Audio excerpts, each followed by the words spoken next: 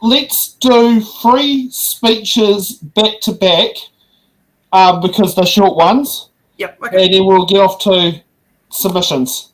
Submissions closing. Thank you, Mr. Speaker.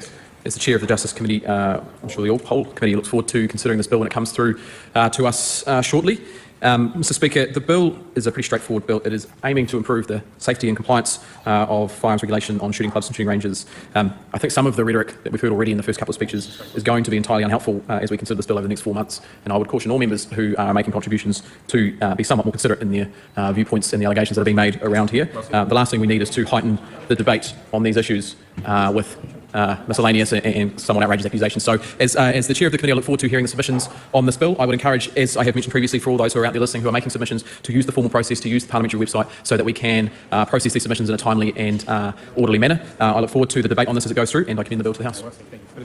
Tanya, Unkovich. Thank you, Mr. Speaker. I rise on behalf of New Zealand First to give a small contribution in support of the Arms Shooting Clubs, Shooting Ranges and Other Matters Amendment Bill in the name of the Honourable, the member who has actually just left.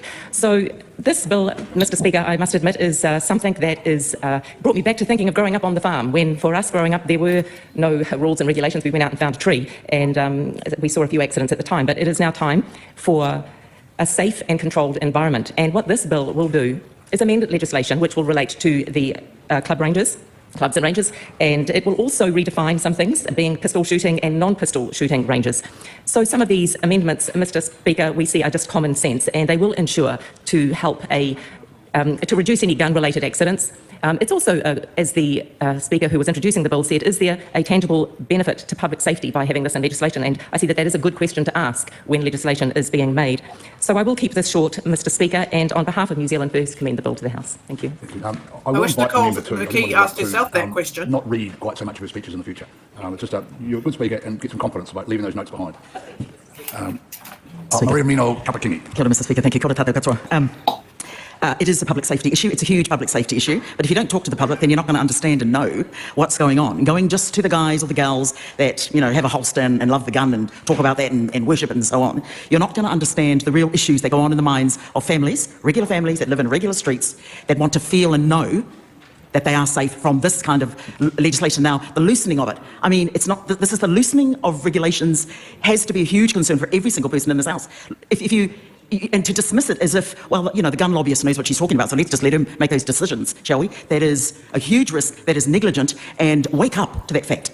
Kātauma, wake up to it. It's a gun, right? Why? So might have been middle of last year, Mr. Speaker, we had a gentleman roll into, no, 2 of our whānau going to check out a house in Whangarei, in the Whangarei Heads area, ended up being shot by the gentleman that was living in that house. Now, from what I understand, nobody, I mean, he seemed like a regular guy, you know, so regular. They arrived, checked out the facility, shot the mother, shot the daughter, burnt the house down, and he died.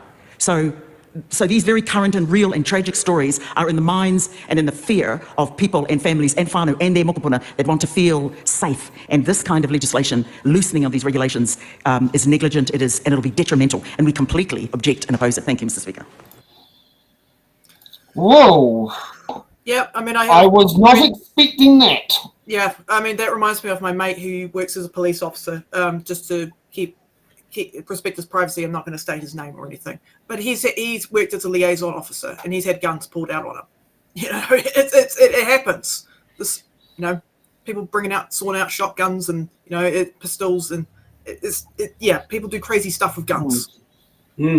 Yeah, I know that 4 years working in the farm areas, driving 1,000 kilometers up and down, from Hamilton up to Kaitaia, Kerikeri. You know, when you go to any farming home to talk about their insurance, you always show that, you know, you are a nice guy with a coat, okay? Because sometimes they can get very protective. I can understand, you know, they may have had a few cows stolen, and if you have the wrong person there, they might get the wrong idea that, you know, oops, you're there to appropriate their things.